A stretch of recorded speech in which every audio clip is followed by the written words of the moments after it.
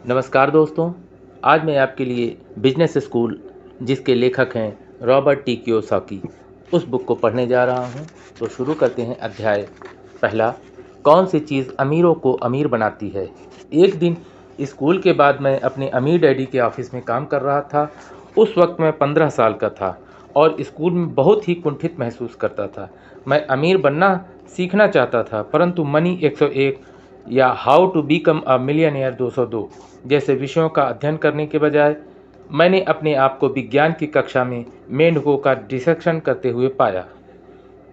मैं यह सोचता रहता था कि यह मरा हुआ मेंढक मुझे किस प्रकार से अमीर बनाएगा। स्कूल में कुंठित महसूस करने के बाद मैंने अपने अमीर डैडी से पूछा, हमें स्कूल में पैसे के बारे में शिक्षा क्यों नहीं दी जाती। अमीर डैडी मुस्कुराए। उन्होंने अपने कागजी काम से निगाह उठाई और कहा, मैं नहीं जानता, मुझे खुद इस बात पर हैरानी होती है। वे कुछ देर के लिए ठहरे और फिर उन्होंने पूछा, तुम यह क्यों पूछ रहे हो। मैंने धीरे से कहा, मैं स्कूल में बोर हो चुका हूँ। स्कूल में हमें जो पढ़ाया जाता है और असली दुनिया में जिसकी ज़रूरत है, मुझे उन दोनों में कोई तालमेल नहीं दिखता। मैं सिर्फ अमीर बनना सीखना चाहता हूँ। मैं नहीं जानता कि एक मरा हुआ मेंढक किस तरह नई कार खरीदने में मेरी मदद कर सकता है। अगर टीचर मुझे यह बता दें कि किस तरह मरा हुआ मेंढक मुझे अमीर बना सकता है, तो मैं एक क्या हज़ारों मेंढकों का डिसेक्शन कर दूं। अमीर डैडी ज़ोर से हंसे और उन्होंने पूछा, जब तुम अपने टीचर से मरे हुए मेंढक और धन के संबंध में पूछते हो तो तुम्हारे टीचर क्या कहते हैं। मेरे सभी टीचर एक ही बात कहते हैं, मैंने जवाब दिया। वे वही बात दोहराते हैं, चाहे मैं उनसे जितनी बार ही पूछूं कि तुम कि स्कूल किस तरह असली दुनिया के लिए प्रासंगिक है। और वे क्या कहते हैं। वे कहते हैं कि तुम्हें अच्छे नंबर लाने की ज़रूरत है ताकि तुम्हें एक सुरक्षित नौकरी मिल सके। मैंने जवाब दिया, ज़्यादातर लोग यही चाहते हैं। अमीर डैडी ने कहा, ज़्यादातर लोग नौकरी पाने और किसी तरह की आर्थिक सुरक्षा हासिल करने के लिए ही स्कूल जाते हैं, परंतु मैं यह नहीं करना चाहता। मैं किसी और के लिए काम करने वाला कर्मचारी नहीं बनना चाहता। मैं अपनी ज़िंदगी इस तरह से नहीं गुजारना चाहता कि कोई दूसरा मुझे बताए कि मैं कितना धन कमा सकता हूँ, या मैं कब काम करूं, या मैं कब छुट्टी मनाने जा सकता हूं। मैं स्वतंत्र रहना चाहता हूं।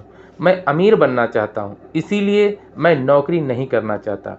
उन लोगों के लिए जिन्होंने मेरी रिच डैड पुअर डैड पुस्तक नहीं पढ़ी हो, मैं बता दूं कि मेरे अमीर डैडी मेरे लिए सबसे अच्छे दोस्त के डैडी थे। हालांकि उन्होंने ज़ीरो से अपना सफ़र शुरू किया था और उनके पास औपचारिक शिक्षा नहीं थी, परंतु वे अंततः हवाई राज्य के सबसे अमीर लोगों में से एक बने। मेरे गरीब डैडी यानी मेरे असली डैडी बहुत उच्च शिक्षित थे और एक ऊंची तनख्वाह वाले सरकारी अधिकारी थे, परंतु उनकी अच्छी तनख्वाह के बावजूद हम लोग हर महीने के आखिरी में दिवालिया हो जाते थे। जब उनका अंत समय आया तो वे दिवालिया होकर ही मरे और उनके पास ज़िंदगी भर की कड़ी मेहनत के बाद भी दिखाने के लिए कुछ भी नहीं था। मैं जानता था कि मुझे स्कूल में वह शिक्षा नहीं मिलेगी जिसकी मुझे तलाश थी, इसलिए मैंने स्कूल के बाद और वीकेंड में अपने अमीर डैडी के साथ अपनी पढ़ाई शुरू की। मैं जानता था कि स्कूल के पास वे जवाब नहीं होंगे जिनकी मुझे तलाश थी, क्योंकि मेरे असली डैडी यानी मेरे गरीब डैडी हवाई राज्य के शिक्षा प्रमुख थे।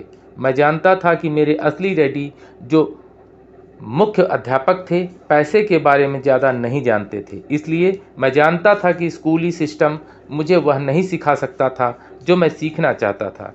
15 वर्ष की उम्र में मैं यह नहीं जानना चाहता था कि अमीरों के लिए काम करने वाला कर्मचारी कैसे बना जाए, बल्कि मैं यह जानना चाहता था कि अमीर कैसे बना जाए। मैं किसी ऐसे वयस्क की तलाश करने लगा जो मुझे पैसे के बारे में सिखा सके, क्योंकि मैंने देखा कि मेरे माता पिता पैसे की तंगी के कारण अक्सर झगड़ते रहते थे।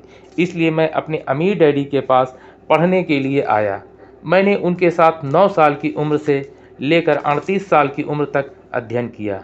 मैं शिक्षा की तलाश में था। यह मेरा बिजनेस स्कूल था, असली ज़िंदगी का बिजनेस स्कूल। अपने अमीर डैडी की ट्रेनिंग की बदौलत मैं 47 वर्ष की उम्र में रिटायर हो सका और मैं आर्थिक चिंताओं से जीवन भर के लिए पूरी तरह मुक्त हुआ।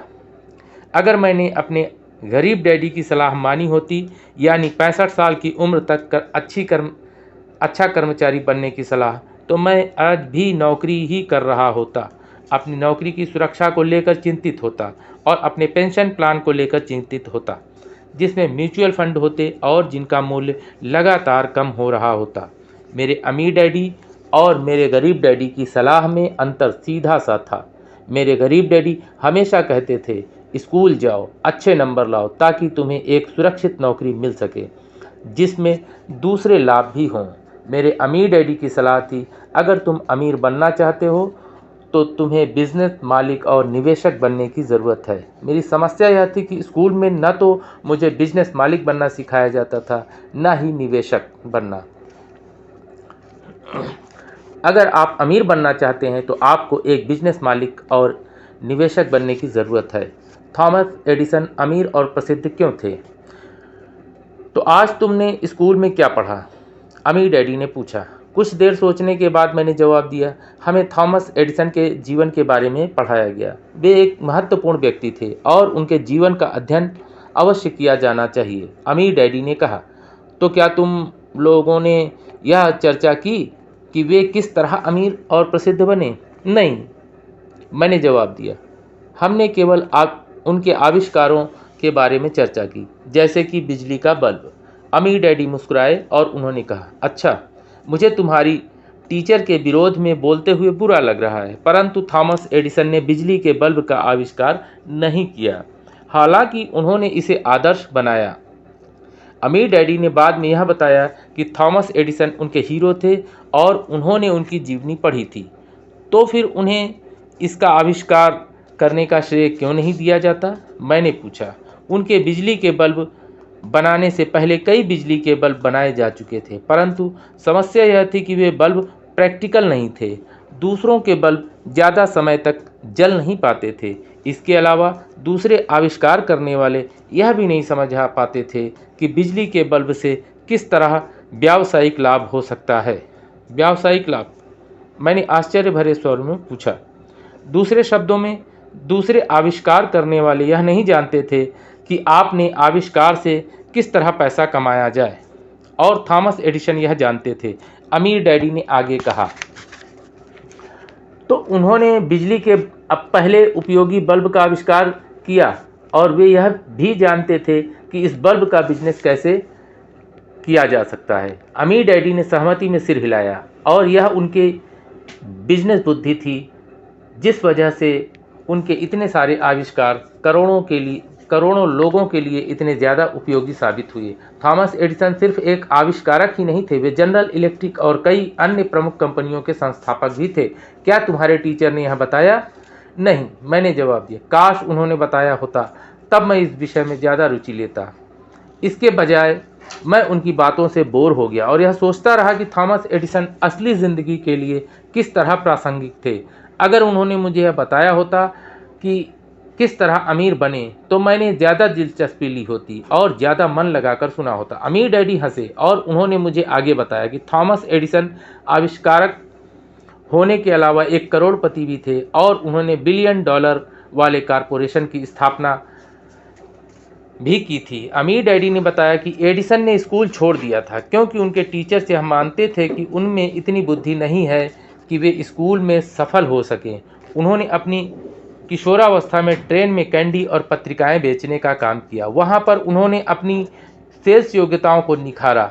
जल्दी ही वे ट्रेन में अपना खुद का अखबार छापने लगे और फिर उन्होंने किशोर युवकों की एक टीम बना जो न सिर्फ उनके लिए कैंडी बेचते थे बल्कि अखबार भी बेचते थे। किशोरावस्था में ही वे कर्मचारी से बिजनेस मालिक बन गए और एक साल में उनके नीचे 1 दर्जन बच्चे काम करते थे। तो इस तरह थॉमस एडिसन ने अपना बिजनेस करियर शुरू किया था। मैंने पूछा। अमीर डैडी ने अपना सिर हिलाया और मुस्कुराए। तो फिर टीचर ने तुम्हें यह क्यों नहीं बताया? मैंने पूछा।